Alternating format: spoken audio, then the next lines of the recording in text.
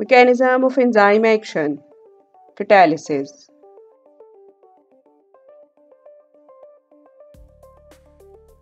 An enzyme is a three-dimensional globular protein that has specific chemical composition due to its component amino acids and a specific shape.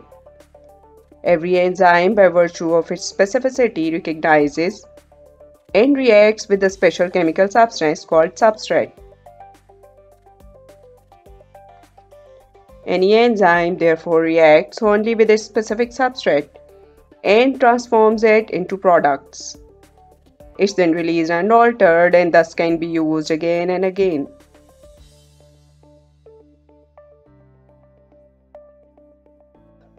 In certain cases, enzymes act in a series of chemical reactions in a particular order to complete a metabolic pathway, such as respiration or photosynthesis.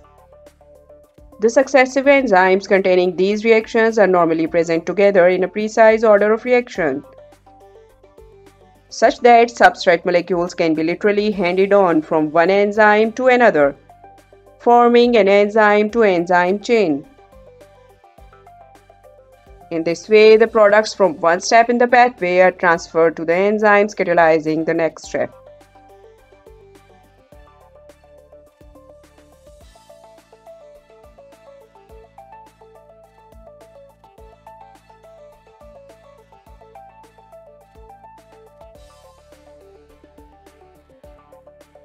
An enzyme and its substrate react with each other through a definite charge-bearing site of an enzyme called active site.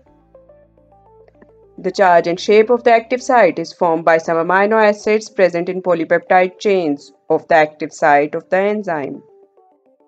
These amino acids are brought closer and are arranged in a specific way by coiling and folding of the polypeptide chain within the globular symmetry of the enzyme.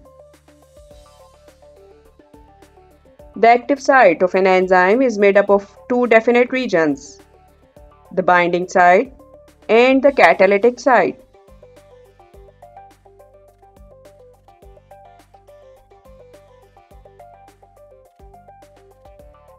The binding site helps the enzyme in the recognition and binding of a proper substrate to produce an enzyme-substrate complex. This reaction activates the catalytic site.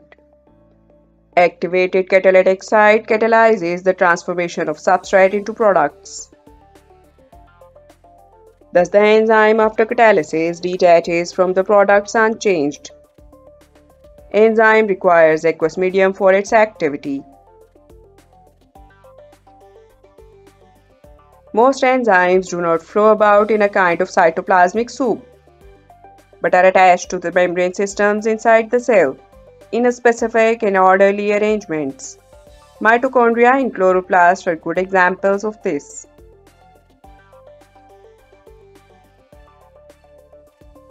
Emil Fischer in 1890 proposed a lock and key model to visualize substrate and enzyme interaction.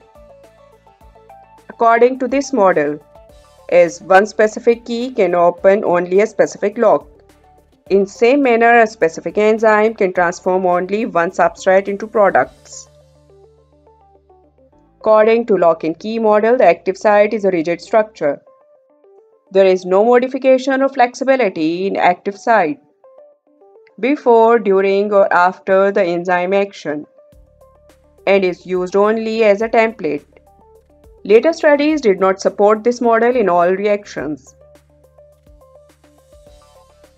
On the basis of new evidences, Koshland proposed its modified form in 1959.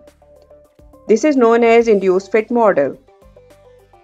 He argued that when a substrate combines with an enzyme, it induces changes in the enzyme structure.